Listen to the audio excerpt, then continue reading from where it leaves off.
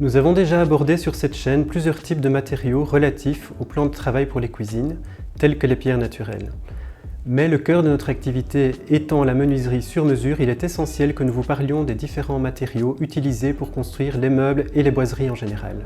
Bonjour à toutes et à tous, je m'appelle Jean-Philippe et je vous souhaite la bienvenue sur la chaîne Timber Tailor.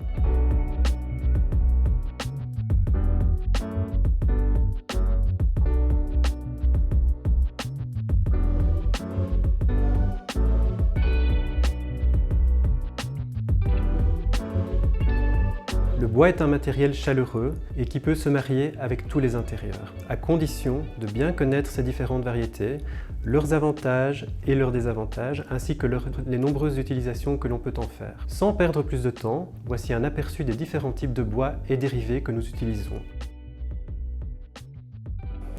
Également appelé aune, c'est un arbre qu'on ne trouve principalement que dans l'hémisphère nord, se rencontrant surtout dans les Alpes ainsi qu'en Corse. L'aune à son âge adulte atteint généralement les 10 à 30 mètres selon les espèces, avec une durée de vie séculaire. En architecture, l'aune s'utilise comme pilotis. Par exemple, la ville de Venise a été bâtie sur des pieux en bois d'aune. Cela démontre sa très haute résistance. Cette qualité est non négligeable pour du mobilier de cuisine ou de salle de bain.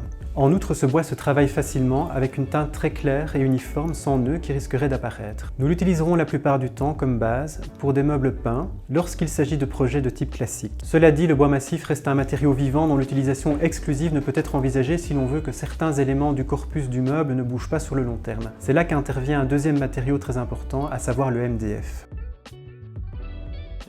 Les panneaux de MDF sont largement utilisés dans l'industrie du meuble et de la décoration intérieure. La production de MDF, abréviation pour Medium Density Fiberboard, a débuté aux États-Unis dans les années 70 suite à une erreur d'usinage datant de 1966. Le MDF présente de multiples avantages pour les menuisiers. Sa matière, quoique très dense, se travaille très facilement. En effet, ce matériau composite ne présente pas de risque de brisure à la découpe. Il s'adapte sans difficulté à chaque utilisation pour une polyvalence appréciable, que ce soit pour des réalisations tout à fait épurées ou de style plutôt classique ou cottage. De plus, sa texture fine offre un résultat extrêmement soigné, ce qui est essentiel pour du mobilier de style contemporain. Le MDF étant une matière isotrope, il présente des caractéristiques parfaitement homogènes, à l'inverse du bois massif qui contient des nœuds, le rendant moins uniforme. Les panneaux de bois MDF sont très résistants à l'humidité et au changement de température. Ils ne risquent donc pas de subir de déformation, de se dilater, ni de se contracter. C'est un des arguments principaux qui nous amène à l'utiliser à la place du bois massif, y compris dans les projets de style plutôt classique. Pour améliorer encore sa résilience, le MDF peut être inifugé, laqué, mélaminé, cintré et dans certains cas hydrofugé. Concrètement, nous utiliserons toujours le MDF pour des caissons intérieurs de meubles et les caissons de tiroirs par exemple. Finalement, il est plus respectueux de l'environnement. En effet, il est fabriqué à partir de bois qui n'aurait pas été utilisable dans la filière classique. Les panneaux de MDF peuvent présenter tout de même quelques inconvénients mineurs qu'il est tout à fait possible de maîtriser. La principale faiblesse du MDF vient de sa sensibilité à l'eau. Si le matériau présente une très bonne résistance à l'humidité, il ne doit en aucun cas être au contact direct de la pluie notamment. Il s'utilise donc exclusivement à l'intérieur. De même, s'il est employé dans une pièce humide, telle qu'une salle de bain, il est préférable d'utiliser du MDF hydrofugé. C'est évidemment ce choix que nous faisons.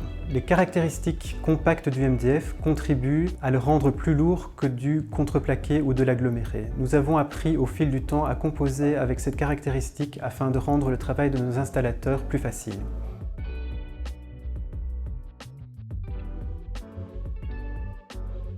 Considéré comme le roi des arbres, le chêne symbolise la puissance et la pérennité. Il est l'arbre le plus grand et le plus majestueux de nos forêts de l'hémisphère nord, bien que sa croissance soit lente. Le bois de chêne jusqu'au XIXe siècle était la principale essence utilisée en Europe dans la construction navale et dans la construction des charpentes en bois. C'est aujourd'hui une essence utilisée pour sa beauté, sa dureté, sa durabilité en menuiserie et pour les sols en parquet. Cette essence présente un grain moyen, un fil droit et une bonne stabilité dimensionnelle.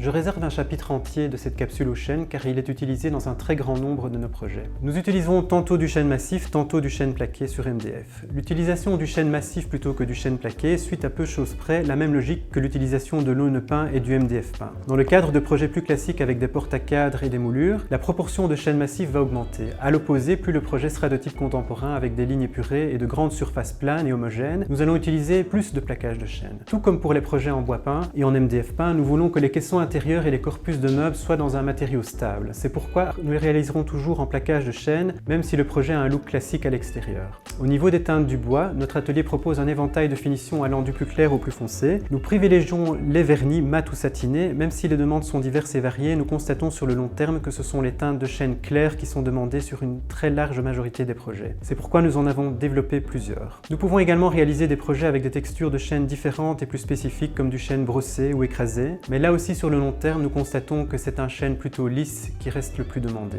Le chêne est un matériau qui ne présente pas vraiment de désavantages en tant que tel. Son principal désavantage peut être aussi vu comme une qualité. Lorsque l'on utilise un lot de chêne pour l'exécution d'un meuble, il est tout à fait unique, donc son veinage et sa teinte de base seront toujours un peu différents de ceux d'un autre lot de bois. En ce qui concerne la teinte, celle-ci peut d'ailleurs évoluer dans le temps, indépendamment du traitement initial du bois ou de l'exposition du meuble. Loin d'être un indicateur de qualité, ces éléments variables sont tout simplement le fruit de la nature belle et imprévisible. Si vous êtes prêt à vous laisser surprendre, alors n'hésitez pas à choisir du chêne pour la réalisation de votre mobilier.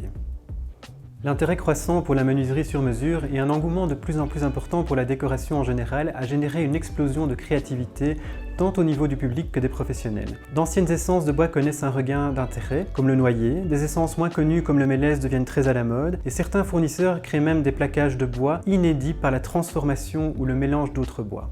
La diversité de l'offre permet de réaliser du mobilier extrêmement varié. Une vidéo ne suffirait pas à vous montrer l'étendue des possibilités. Palissandre, zébrano, eucalyptus, cèdre, voici quelques-unes des essences de bois que vous pourrez encore trouver sur le marché. Nous y consacrerons sans aucun doute des capsules plus ciblées. Nous avons voulu vous parler en priorité des 3 matériaux que nous utilisons le plus dans la réalisation de nos projets. Alors, meubles peints ou meubles en chêne, je peux vous dire d'expérience que ce choix n'est pas si facile, et j'espère que cette capsule a répondu à certaines de vos questions.